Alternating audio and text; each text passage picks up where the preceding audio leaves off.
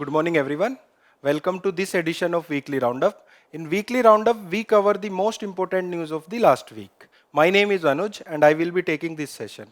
In today's session, we will be covering 5 main news and 8 also in news and 1 place in news.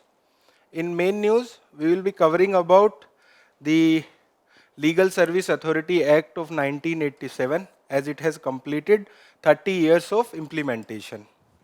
In second news, we will be covering about Export Promotion Mission, which has been recently approved by Union Cabinet for 6 years. In the third main news, we will be covering about the project Cheetah and Cheetah as a species as India and Botswana announced Cheetah's Translocation Pact. In the fourth news, we will be covering about CAQM, which stands for Commission for Air Quality Management, and in this we will be also covering what are the reasons for pollution in NCR region. In the fifth main news, we will be covering about Aditya L1 and about the Coronal Mass Ejection. Along with these, we will be covering 8 also in news and 1 place in news, that is Ethiopia. So this is a brief about today's session. Let us begin today's session. So basically, let us start with the first news. So first news is that the Legal Service Authority Act of 1987 marks the 30 years of implementation. So in this news, we will be covering about this act and what it provides and how it is useful in UPSC examination. It is mentioned in GS paper 2, which talks about important aspect of governance. So let us move to the discussion of this news. So as we already discussed the context, so let us discuss about the act. The act came into effect on November 1 in 1995. That's why in 2025 it has completed 30 years. And what was the aim of this act? The aim of the act was that it established legal aid organization to ensure that no citizen suffering from economic or other barrier is denied an equal opportunity for getting justice. It has constitutional backing as well. Okay, so there are many articles such as 39A in DPSP, Article 14 and Article 21. So from these articles, it gets a constitutional backing. Okay, so please write down in the comment section by which constitutional amendment act Article 39A was inserted into constitution. Okay, please write down that in the comment section. Okay, so its institutional framework is that there is a National Legal Service Authority at the central level, at the national level, which is headed by Chief Justice of India. And then there is State Legal Service Authorities, which is headed by the respective Chief Justice of High Court. Then there is District Legal Service Authorities, okay, and which is headed by the District Judge. So basically, there was 3 aims. First, to provide the legal aid in free and to support the economically weaker section. Secondly, it established Lok Adalats. It is very important. Lok Adalat as a topic in itself is very important for UPSC examination. So Lok Adalat are basically alternative dispute resolutions mechanism. Okay. There are 2 types of Lok Adalat. One is temporary, that are national and state Lok Adalats. State Lok Adalat. Then there is another kind of Lok Adalat, that is permanent Lok Adalat. Okay. So permanent Lok Adalat was inserted or established in 2002 by amending this act. Okay, so permanent lok adalat are there to resolve the matter of public utility services such as electricity, transport, so that their dispute can be solved all around the year. Okay, and in lok adalats, both civil and criminal cases can be solved. Criminal cases. Only the non-compoundable cases cannot be brought into Lok Adalat. Okay, so that is the basic about Lok Adalat. And now we will discuss about the eligible people for this act.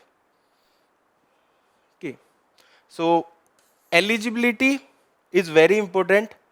There are direct questions both in prelims as well in mains about the eligibility. Okay, first of all, SC and ST members are eligible. Secondly, women and children are eligible. Victim of traffic and disaster. Okay, the mentally ill or disabled and industrial workmen, person in custody, and those with income below the prescribed limit. Okay, so this limit is different for different states. Okay, it can be 1 lakh, it can be 2 lakh, it can be up to 3 lakhs. But for Supreme Court, it is 5 lakhs.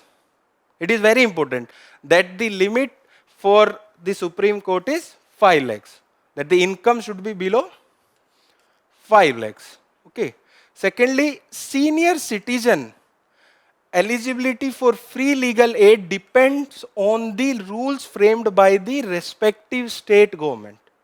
Okay, that means all the senior citizens are not eligible. Okay, and their eligibility is dependent on the rules framed by the state government. Okay, so this is about the eligibility in this act. Okay, now moving further, let us discuss about the other initiative for legal aid. Okay, first of all, legal aid defense council system. Okay, it provides free criminal defense under NALSA. Secondly, DISA. It full forms is Designing Innovation Solution for Holistic Access to Justice. Okay. Whenever you are writing your mains answer, you can write about these steps. There are other steps as well. You might heard about Gram Nyayalayas, fast track courts, also the Nari Adalat. Okay. These are formed under Mission Shakti. Okay. So you can write about these steps when you will be writing about the solves of the cases in the Supreme Court and the High Court. Okay. And whenever the question is about pendency of cases, how to resolve those pendencies, so you can write about these steps. And lastly, there is other initiative under it as well, that is legal literacy and legal awareness program. Okay, so this was about the act. Now we will discuss the PYQ related to this news. As I have already told you that it is important for both prelims and mains. We will be looking PYQ for both prelims as well as for the mains. The first PYQ is from 2023 prelims, and the question is, with reference to the National Legal Service Authority, consider the following statements. First, its objective is to provide free and competent legal services to the weaker section of the society. So this is the first statement. Okay. Second, it issues guidelines for the state legal service authorities to implement the legal program and scheme throughout the country. So these are the two statements. Okay, and the options are A, 1 only, B, 2 only, C, both 1 and 2, and D, neither 1 nor 2. We have discussed this news. And the answer for this is C, both 1 and 2. When we were discussing about aim, when we were discussing about the rules, we have come across both these statements. Okay. So this was one PYQ from prelims. Let us discuss the another PYQ. Okay, so another PYQ is from 2020. Okay, and the question is, in India, legal service authorities provide free legal services to which of the following type of citizens? Okay, as I already told you that on questions on the eligibility are coming in the prelims and in the mains examination. And the given options were a person with an annual income of less than 1 lakh. We have discussed this in the eligibility. Second, transgender with an annual income of less than 2 lakh. Okay, we have not discussed this, but this statement is correct. Okay. Third, members of other backward classes, OBCs, okay, with an annual income of less than 3 lakhs. There is no separate mention of other backward classes in the Act. So this statement become wrong. So option B and C automatically get eliminated. Then all senior citizens. We have discussed this in the discussion. All senior citizens are not eligible under the Act. Okay. And for senior citizens, rules are framed by the respective state governments. So this option is also incorrect. That means the only A option is correct. That is 1 and 2 only. Okay. There is one PYQ from the mains as well. Okay. And the question is, who are entitled to receive free legal aid? Okay. Assess the role of the National Legal Service Authority, NALSA, in rendering free legal aid in India. Okay. So you can provide data and you can define NALSA in introduction. Okay. Around 44 lakh people in last 3 years have received benefit through this act. This information is given in PIB. Okay. So you can give such types of data in introduction. Then in the body you can write about the person or the citizen who are entitled to receive the free legal aid. Then you can assess the role of the National Legal Service Authority is in rendering free legal aid in India. And then you can conclude. Okay. So that can be the framework for your mains answer. So this was all about the first news for today. Let us move to the second news. Okay. So second news is related to export of India. And why it is there in newspaper? It is there because Union Cabinet has approved the export promotion mission for 6 years. In this news, we will be learning about what is this mission all about and why was there need for this mission. And it is related to GS paper 3, which talks about economic development. Okay, let us move to the discussion of this news. So the context here is that this initiative was first announced in the budget of 2025-26. Okay, so it was announced earlier, but approved by the Union Cabinet now. It has been approved now. Okay.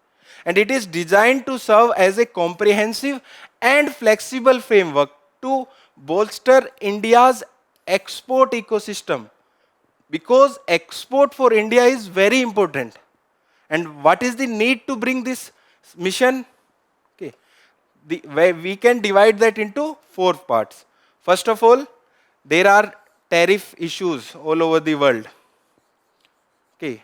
USA is putting various tariff on various countries.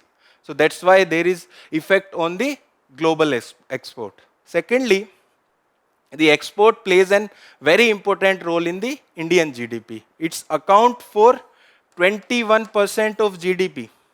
Thirdly, MSMEs account for 45% of India's export. Okay, and you should know the basic definition of MSMEs.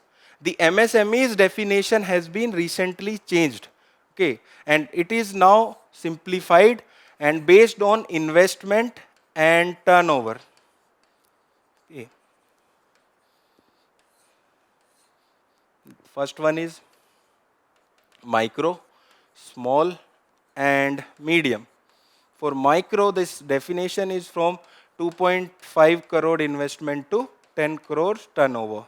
Then for small, it is 25 crore investment to 100 crores turnover. Then for medium, it is 125 crores to 500 crore turnover. Okay, so this is the new definition for MSMEs.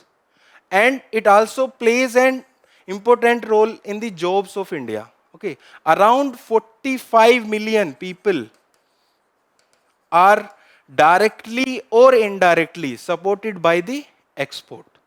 So that is the importance of the export sector. Okay, and why I am giving so much of data and definition? As the paper 3 is very dynamic and the average marks in paper 3 are coming low. So you should know about the data, you should know about the definition so that you can make your answers very specific. Okay, so this was about the need of this initiative. Let us move to the next part. So next part is the key features of this mission. First, let us talk about financial outlay and timeline of this mission.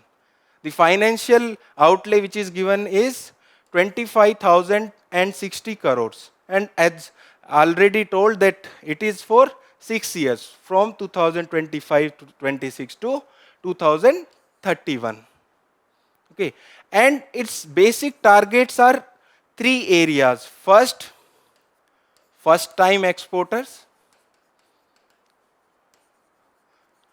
then MSMEs, we have already defined MSMEs, and then the labor intensive sectors, so that the job which are supported by the export can be prevented.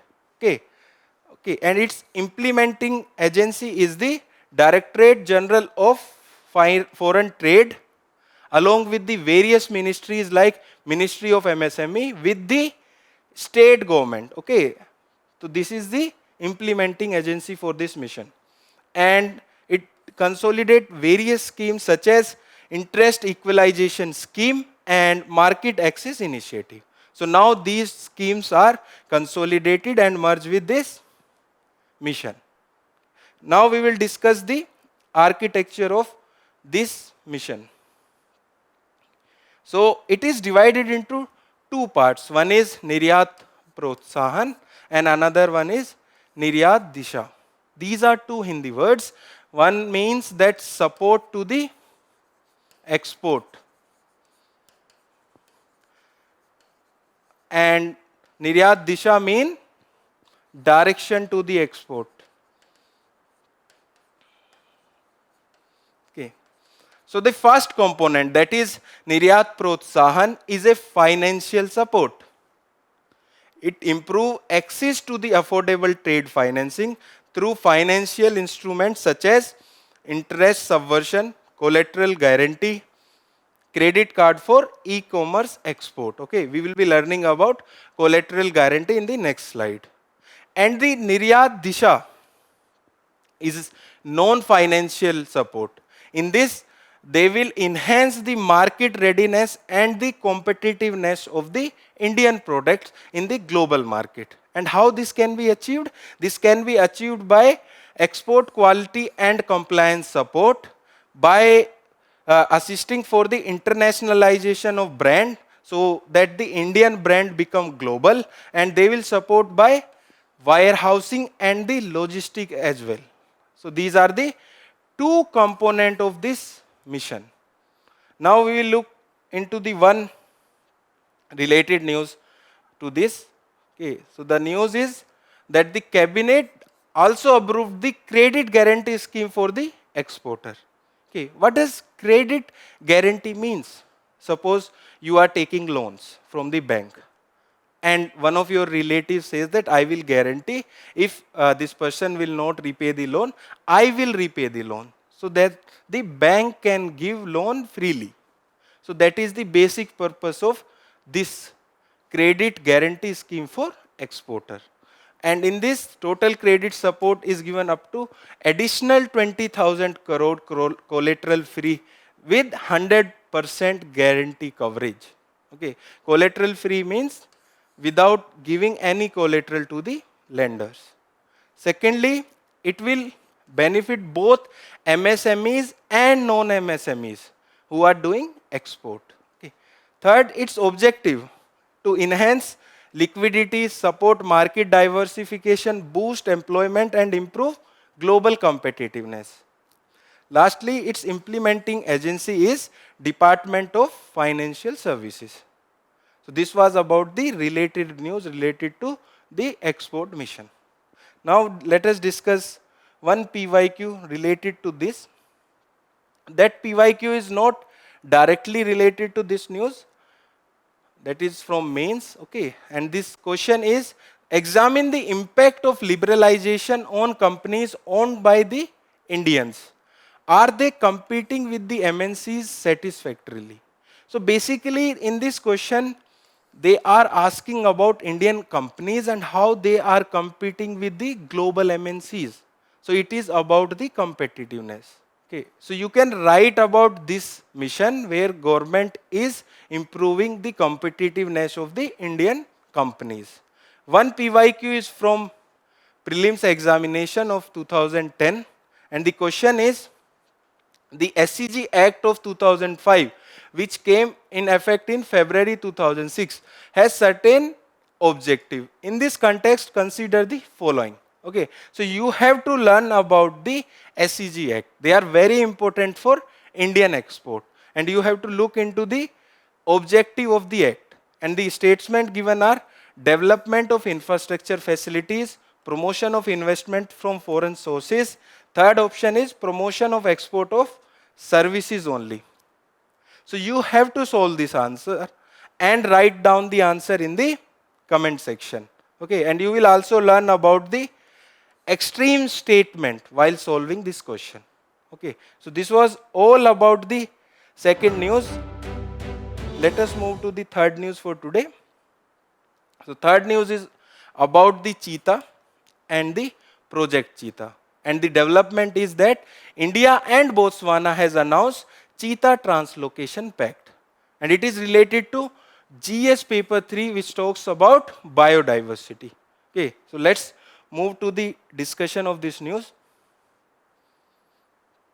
We have already discussed the context. The context is that India and Botswana formally announced the translocation of 8 cheetah to India as a part of Project Cheetah. We will be learning about cheetah as a species as well as the Project Cheetah in the coming slides. Before going there, let us discuss about the Botswana. So this is Botswana in Africa. Before Botswana, we have also translocated cheetahs from Namibia. Around 8 cheetahs were translocated. We have also translocated cheetahs from South Africa. Around 12 was translocated. And around 26 cheetah has born in India. Out of which, like this has become 46. Out of 46, 19 have died, and presently there are 27 cheetahs in India. That is a net gain of 7. Okay, and cheetahs are there in Kuno Pulfur National Park and Gandhi Sagar Wildlife Sanctuary.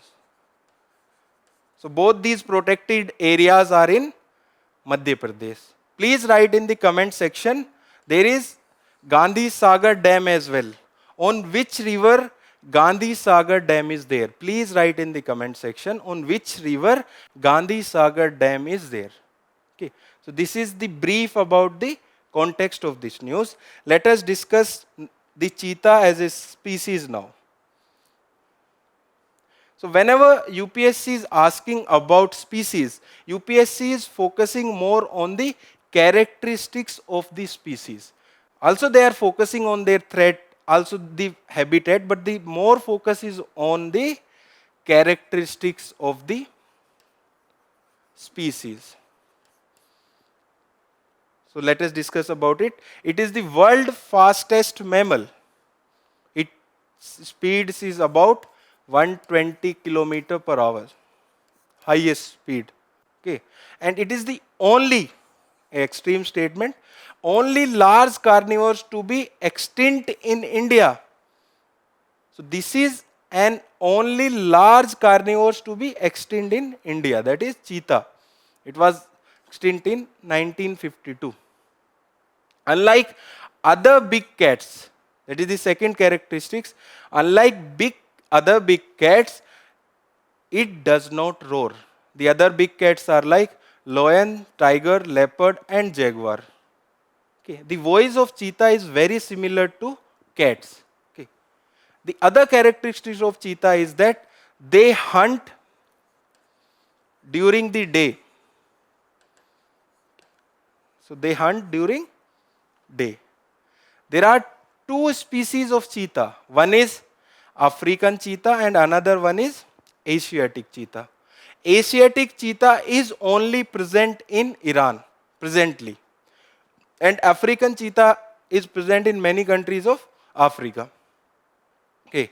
And the African cheetah is vulnerable and Asiatic cheetah is critically endangered. When we look into the IUCN Red List, it is divided like extinct, extinct in wild,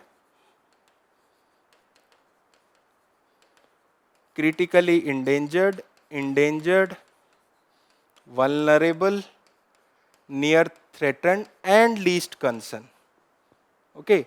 So African cheetah is vulnerable and Asiatic cheetah is critically endangered. So this was about cheetah as a species. Now we will look into the Project Cheetah. It was launched in 2022 and it aims to translocate African cheetah to India. It is the world's first intercontinental large wild carnivores translocation initiative. This is also an extreme statement. Such statement can come in the prelims examination. Okay. The implementing agency is the National Tiger Conservation Authority. It is a statutory body under Ministry of Environment and Forest and Climate Change. And it was brought by amending the Wildlife Protection Act of 1972 in 2006. Okay. And it operates under umbrella project of Project Tiger and Elephant. Project Tiger was started in 1973 and Project Elephant was started in 1993. They were merged together in 2023-24 and now this project is known as Project Tiger and Elephant. Okay. And there is Cheetah Project Steering Committee as well, which looks overall implementation of Project Cheetah, which was established by NTCA. Now let us look into the significance of translocation. The significance of reintroducing cheetahs in India. First of all, they are very important for ecological restoration as cheetahs are apex predators. Okay, if there will not be any predators, the population of prey will increase dramatically and it will hamper the overall ecological balance of the ecosystem. Secondly, it will also conserve the biodiversity as cheetah will serve as a flagship species and government and other institution will look and protect the other species in this ecosystem as well. So overall biodiversity will be conserved. Okay. So these are the significance of reintroducing cheetah in India. Now we will look into one PYQ. You have to solve this PYQ. Okay, you can look into the Google or you can Google about the question as well. We have discussed one aspect of this question. So the question is from Prelims 2024. The question is, consider the following statements. First, lions do not have a particular breeding season. Second, unlike most other big cats, cheetah do not roar. We have discussed. This is an correct statement. The third statement is, unlike male lions, male leopard do not proclaim their territory by scent marking. Okay. So one of the statement in these two statements is incorrect. So please write down the answer in the comment section. The options are A, 1 and 2 only, B, 2 and 3 only, C 1 and 3 only, and D 1, 2 and 3. So this was all about this news. Let us move to the next news. So the next news is about Delhi pollution. The context here is that CAQM, that is Commission for Air Quality Monitoring, has invoked stage 3 of graded response action plan in NCR. In this news, we will be learning about CAQM and what are the reason for pollution in the NCR region. It is there in GS paper 3, which talks about environmental pollution and degradation. Okay. Let us move to the discussion of this news. We have already discussed the context. So this response include 9-point action plan comprising a ban on construction, mining, polluting vehicle along with hybrid schooling to staggered office timing to reduce emission and congestion. Okay. So basically they want to reduce the pollution in the NCR region by invoking these 9-point action plans. Okay. And CAQM is a statutory body. It is an important point that it is a statutory body established in 2021 by the Act known as Commission for Air Quality Management in the National Capital Region and adjoining areas. Okay. So now we will move to the next slide. We will discuss reason for air pollution in the NCR. There are many reasons such as topographical factors, meteorological factors, and human-made pollution. Okay. Coming to topographical factors, so NCR is in the Indo-Gangetic plains. So it acts like a vowel so that the air comes down here. That is the first topographical factor. Second, there are natural barriers outside and along the NCR region. They does not allow to pass the air from there. The natural barriers are Himalayas in north, Aravallis in the west, and the peninsular region in the south. So air get trapped here in the NCR region. The other meteorological factors are temperature inversion. What is temperature inversion?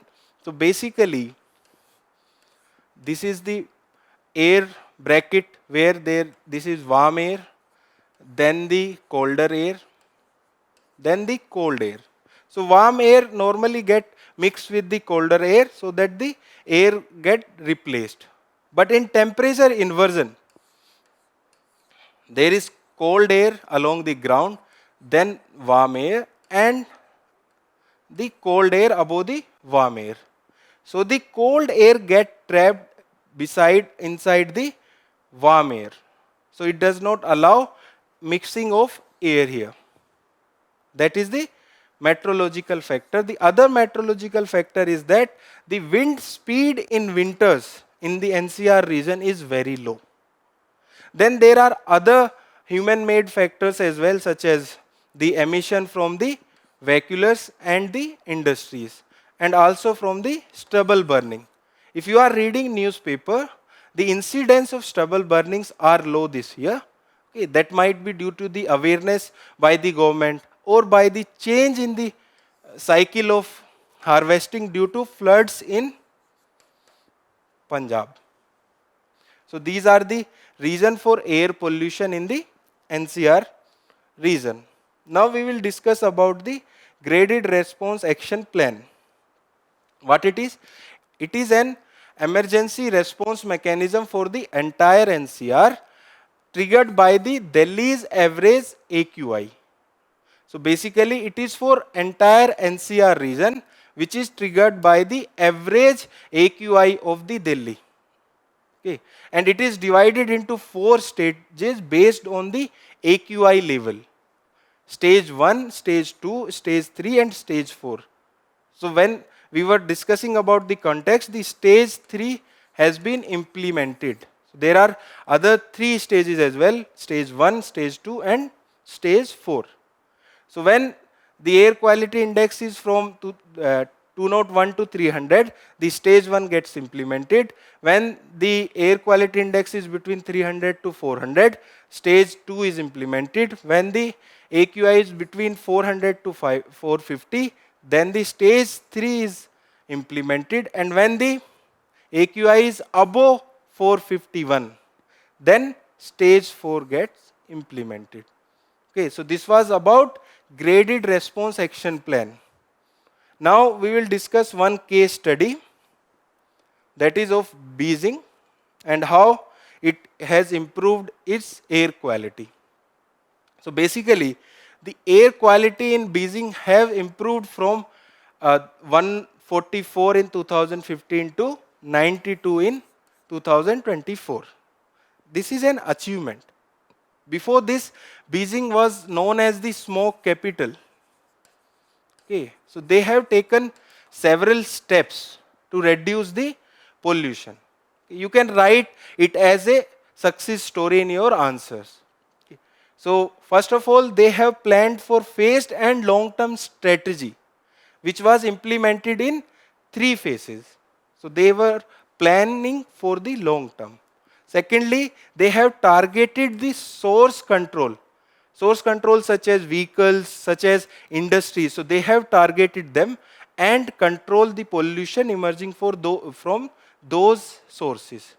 Lastly, they also talks about the regional cooperation. There was regional cooperation as the reduction of pollution is not possible if there is reduction of the pollution in one city, but the surrounding cities have lot more pollution. That pollution will come to that city.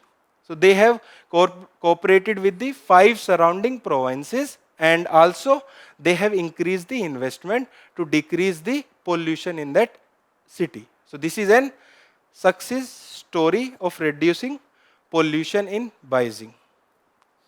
We will discuss one PYQ related to this news. So PYQ is from 2015, the mains PYQ, and the question is, Mumbai, Delhi and Kolkata are 3 mega cities of the country, but the air pollution is much more serious problem in Delhi as compared to the others.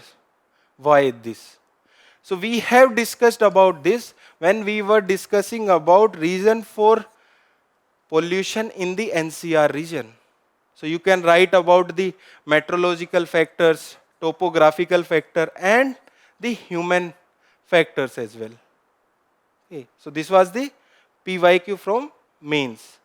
There is one PYQ from prelims as well in 2016. So the question is, in the cities of our country, which among the following atmospheric gases are normally considered in calculating the value of air quality index? You have to solve this because this is readily available on Google. Look at the options. The first option is carbon dioxide, second carbon monoxide, third nitrogen dioxide, fourth sulfur dioxide and fifth methane. And you have to select the option which is correct. Okay, so please answer this PYQ in the comment section. We will move to the next news. So next news is about Aditya L1. And the context is that Aditya L1 mission track coronal mass ejection. In this news, we will be learning about Aditya L1 as well as the coronal mass ejection.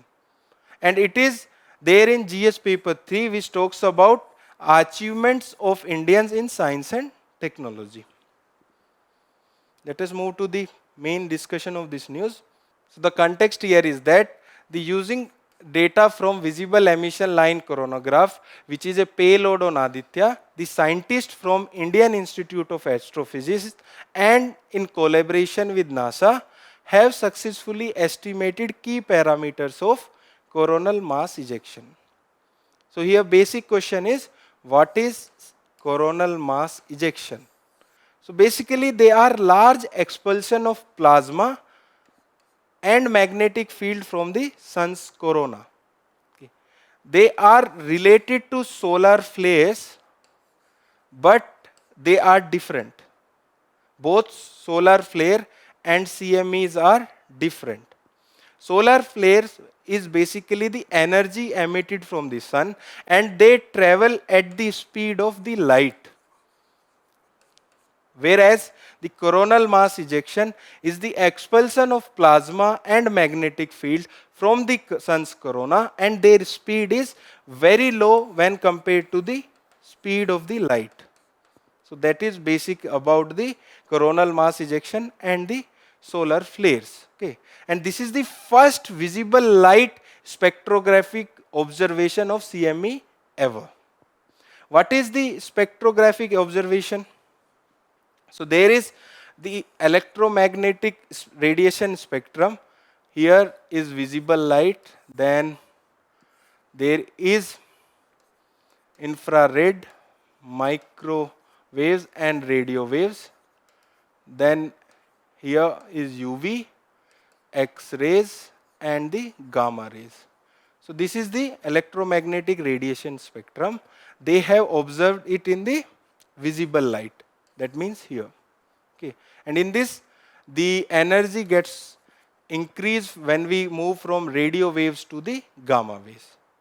There can be a question about the placement of these radiation, and there can be also question from the usage of various waves such as radio waves, microwaves or the infrared waves.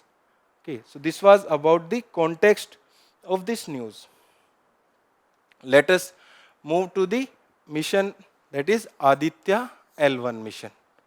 It was India's first dedicated solar mission, and it was launched in 2023 using PSLV C59.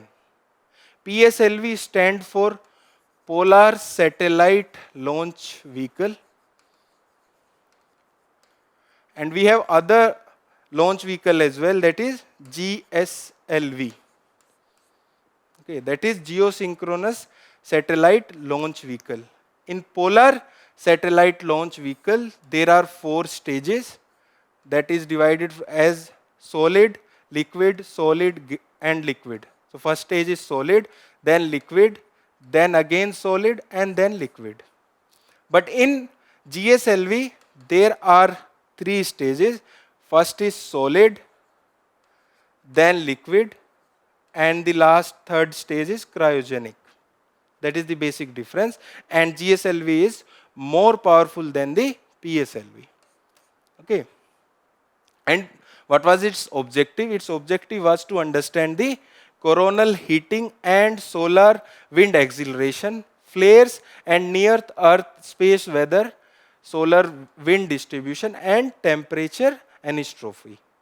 So you might be aware that the temperatures of sun's corona is higher than the sun. Okay. So this is an mystery, and we still doesn't know the reason behind this.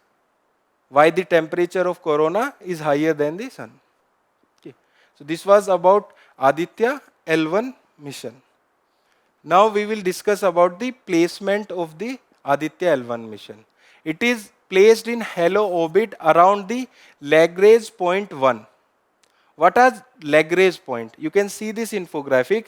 There are 5 Lagrange points. One is L1, where the Aditya L1 mission is placed. There is L2, L3, L4 and L5. L1, L2 and L3 are unstable, and L5 and L4 are stable. Okay. And what are these L1, L2, L3, L4, L5? So these are the point where the gravitational pull of 2 large masses. Here the large masses is Sun and the Earth is equal to the centripetal force of the surrounding satellite. That is Aditya L1. So that the Aditya L1 mission gets revolved without using much fuel. So there is a balance so that the mission uses less fuel. Here important aspect is that the gravitational pull of 2 large masses is cancelled out by the centripetal force. So this was about the placement of Aditya L1 and the Lagrange point. Okay, now we will discuss about the other mission for the sun. The other solar missions are Hinotori, that is launched by Japan in 1980s. The other is Parker Solar Probe. It is very important as this is the first spacecraft to touch the sun. It is an extreme statement, and the name of the mission is Parker Solar Probe, launched by US in 2018. The other solar mission is Solar and Heliospheric Observatory Satellite, that is known as SOHO mission, launched jointly by NASA and European Space Agency. It is the longest lived sun watching satellite. So this was about the major solar missions. Let us look into the PYQ related to this news. So first PYQ is from prelims. The question is that with reference to India's satellite launch vehicle, consider the following statement. The first statement is that PSLV launched the satellite useful for Earth resource monitoring, whereas GSLV are designed mainly to launch communication satellite. As we have discussed, GSLV is far strong than the PSLV, and they are mainly used for sending communication satellite. Communication satellite are basically sent to geosynchronous orbit. Geosynchronous orbit. Okay. And the second statement is that satellite launched by PSLV appears to remain permanently fixed in the same position. Okay. Those satellites are the satellite which are placed in the geostationary orbit. Geostationary orbit is a special type of geosynchronous orbit. And we have already discussed the satellite which are placed in geosynchronous orbit are launched by the GSLV. So this statement is wrong. Third, GSLV Mark III is a 4-stage launch vehicle with the first and the third stage using solid rocket motors, and the second and fourth stage using liquid rocket engines. We have discussed this in news. GSLV is a 3-stage vehicle, whereas the PSLV is 4-stage vehicle. Second and third statement become wrong. So the answer is A1 only. The mains PYQ is from 2016. And the question is, discuss India's achievement in the field of space science and technology. How the application of this technology help India in socio-economic development. So there are two parts in the question. Whereas in the first part, the question is asking about India's achievement in the field of space science, where you can write about various missions of India such as Aditya L1, Astrosat, Mangalyaan, and other missions as well. And in second part, you will write about their application, which is helping India to achieve socio-economic development. So this was all about main news for today. Let us discuss the place in news for today. So the place in news for today is Ethiopia. And the context is that Ethiopia has been selected to host the UNFCCC COP32 in Addis Ababa for 2027. So Addis Ababa is the capital city of Ethiopia. One interesting fact here is that the host country for COP31 has been not selected till now, but the host country for COP32 has been selected. Okay. Now we will discuss the features of Ethiopia. First of all, it is a landlocked country in the Horn of Africa. Although it is very near to Red Sea and Gulf of Aden, but it is a landlocked country. That means its border does not touch the sea. Okay. Secondly, its neighboring countries are Eritrea, Djibouti, Somalia, Kenya, South Sudan, and Sudan. I think in 2024 there was a question that no major river fall into Red Sea. As it was an extreme statement, many students thought that is an incorrect option. Okay, but that was an correct option. That is, no major river falls into Red Sea. Okay, so that is That was an option in 2024 prelims examination. The other features of this country are that it has rivers such as Blue Nile, Takezi, Baro, and other rivers. Okay. And it form part of Rift Valley, which is part of African Rift Valley. Okay. And why this Rift Valley is forming in Africa? Because the Somali plate is drifting away from the African plate. Okay. So the rift has been created here, and it is continuously drifting away from the African plate. Lastly, the highest point in Ethiopia is Mount Ras Dazen. So this is the place in news for today. Now we will discuss the quick update for today. So the first quick update for today is about Pratyush Sinha committee. And the context is that the SEBI has appointed high-level committee under the chairmanship of Pratyush Sinha, which has recommended stronger rules to prevent conflict of interest among the top official within the SEBI. So what is conflict of interest? Conflict of interest is ethical dilemma. Suppose you are giving UPSC interview and one of the panel members knows you. So for that panel member, as he or she might be knowing you, there will be a conflict of interest to give marks to you. So that is the conflict of interest. And what are the key recommendations of the committee to resolve conflict of interest among the top official within the SEBI? First of all, they have said that there should be mandatory disclosure of asset and liabilities by the chairperson, whole-time members and the senior official, so that there will be more transparency. Okay. Secondly, they will be classified as insider. Insiders are the person who knows information which is not available for the general public. So they will be classified as the insiders. Thirdly, there will be investment restriction on them, and senior official and dependent family members will be allowed investing only through the pooled professionally managed funds and not directly. Okay. Lastly, dedicated whistleblower channel for conflict of interest reporting. So suppose there is conflict of interest for some person and the other person comes to know about that, he or she can report about the conflict of interest of that person. So these are the key recommendations of Pratyush Sinha committee.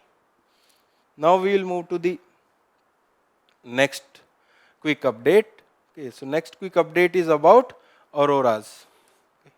And the context here is that the auroras were witnessed in Northern America and Australia. We will discuss about auroras in this news.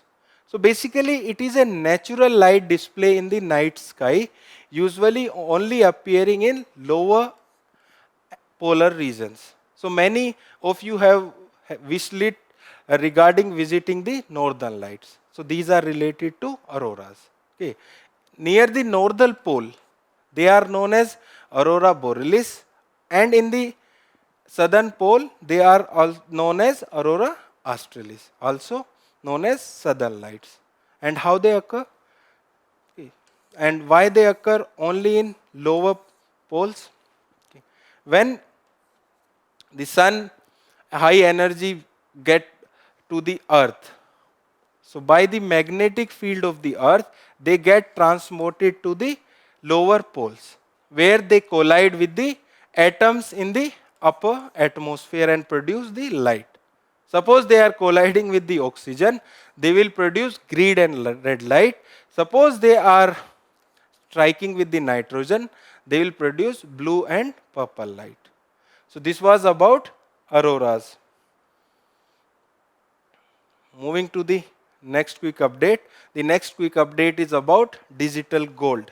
And the context is that the SEBI has issued a public advisory warning investors against investing in digital gold or e-gold. So whenever you might be opening your Paytm application, you might seeing an option to invest in digital gold. And SEBI has said that investors who are investing in digital gold offers by various online platforms are not part of SEBI regulatory framework. So this is the context here. Okay. And what is the meaning of digital gold? Okay. So it refers to buying gold without physically possessing the precious metal. So basically you are buying digitally gold, not in the physical form. And why you are buying it? Suppose the price of the gold this year is around 80,000 and it can reach up to 1,20,000 next year. So to get that benefit without buying the physical bond, you can buy the digital gold so that you can get that benefit. Okay. So the price of digital gold is linked to that of physical gold. Okay. And it is created using blockchain's technology and allows investor to buy, sell and store gold electronically. We have already discussed about it. And these products are neither notified as security nor regulated as commodity derivatives. That has been clarified by the SEBI. So this was about the digital gold news. Next quick update is about Booker Prize. And the context here is that the David Sisley has won the 2025 Booker Prize for his novel Flesh. So the important point here to note is that the Booker Prize is different from the International Booker Prize. Okay, so please read about the International Booker Prize as well. Here we will discuss about Booker Prize. Okay, so it is established in 1969 in United Kingdom, and it aims to honor the best English language fiction published in UK or Ireland each year, and the prize money is of 50,000 pounds to the winner, and for the nominated members it gives prize money of 2,500 pounds. Okay, so this was about the Booker Prize. Moving to the next quick update. The next quick update is about Montreal Protocol. And what is the context? The context is that the 37th meeting of parties of Montreal Protocol on substance that deplete the ozone layer has recently concluded. So Montreal Protocol is one of the most successful protocol of the world. It was there to reduce the substances that was affecting the ozone layer. Okay. And it was signed in 1987, and it is a globally legally binding treaty. Legally binding treaty. Such types of statement appear in prelims examination where they give that this treaty is legally binding or not legally binding. Okay. To eliminate production and use of ozone depleting substances. It was implemented under the Vienna Convention, which was adopted in 1985. And it was amended by Kigali Amendment, which was adopted in 2016 to phase out the production and consumption of HFCs, which are hydrofluorocarbons. So basically, hydrofluorocarbons does not harm the ozone layer, but they have very high global warming potentials. So as they have high global warming potential, so they were hampering the warming of the earth, and that's why they have to be phased out under Kigali Amendment. Okay, so this was about the Montreal Protocol. Let us move to the next quick update, that is about World Artificial Intelligence Cooperation Organization, WICO. And the context here is that the recently at APEC, that is Asia Pacific Economic Cooperation meet in South Korea, China has pushed for a global body, WICO, to govern artificial intelligence norm. So you can write about WICO in your mains examination where there can be a question about AI, or there can be a direct question about WICO in your prelims examination. Okay, and what is the aim of WICO? So it aims for shaping global standard for world cooperation. and it incorporated principle from China's 2023 Global AI Governance Initiative, okay, and which emphasizes on human-centric design. That means the humans should be at the center of the development. It also talks about data sovereignty. That means the people should be sovereign to store data. Lastly, it also talks about algorithmic transparency. So there should be a transparency in the algorithm which are used for the AI. And it was announced during 2025 World Artificial Intelligence Conference in Shanghai. So this was about WICO. Moving to the next quick update. So the next quick update is about Greater Flamingo Sanctuary. So the context is that the wind farm proposed by the National Institution of Wind Energy can affect the Greater Flamingo Sanctuary. So in this news, we will be learning about flamingos and about the Greater Flamingo Sanctuary. Whenever you are learning about species, just look at the picture of that species so that it gives you a clearer picture about that species. So basically, Greater Flamingos range span from Africa, Western Asia and Southern Europe. And it is usually found in the saline water, which are shallow, as well as in the alkaline wetland during the breeding season. And these are the migratory birds. Okay. Now coming to the Greater Flamingo Sanctuaries. Okay, it was established by Tamil Nadu government in Dhanushkondi, which is located in the Gulf of Mannar Biosphere Reserve. Okay, this is very important because we have seen previously UPSC have asked about the wildlife sanctuaries as well as the national park which are there in Biosphere Reserve. And what its aim? It aims to protect the migratory bird habitat along the Central Asian Highway. So the Central Asian Flyway is a migratory path followed by the migratory birds from Upper Asian region and European region to this Indian Ocean, then again back to the same region. Okay, so this is aimed at protecting Central Asian Flyway. Now we will discuss the last quick update for today. The last quick update is about Atlantic Meridional Overturning Circulation. And the context here is that Ireland has declared the potential collapse of AMOC as a national security threat. In this news, we will be learning about Atlantic Meridional Overturning Circulation. Okay. So basically, this is Atlantic, North Atlantic, and this is South Atlantic. So when Earth rotate like this, so water get diverted here and it flows from equator to the colder regions as the Gulf Stream. And in the Gulf Stream, this water get converted into the snow or the sea ice, leaving behind the salt, which make the water as denser, which goes down in the sea, that is known as downwelling, and then it come back again to the equator region, that is bringing colder water from the northern poles to the equator, and it provide nutrition as well as stabilize the climate in and around the Atlantic region. So that is the basic about the AMOC.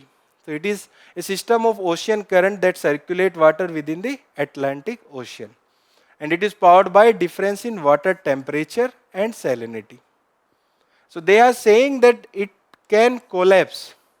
And its collapse will lead to the cool Europe and change in precipitation pattern. So basically, suppose it is transmitting the hot water from the equator region to the European region. And if this collapse, there will be no transfer of this warm water to the European region. That will lead to severe winters in Europe. Secondly, it will also affect the timings of Indian motion. It will also affect the timing of the Indian monsoon. Lastly, the tropical rain belt will shift southward, resulting in the drought over the African Sahel. So basically, African Sahel region is below the Sahara Desert. So that will also get impacted. Okay. So this was the today's discussion. To read more about our current affairs initiative and to solve smart quizzes, you can visit our digital current affairs website. Thank you and all the best for your preparation.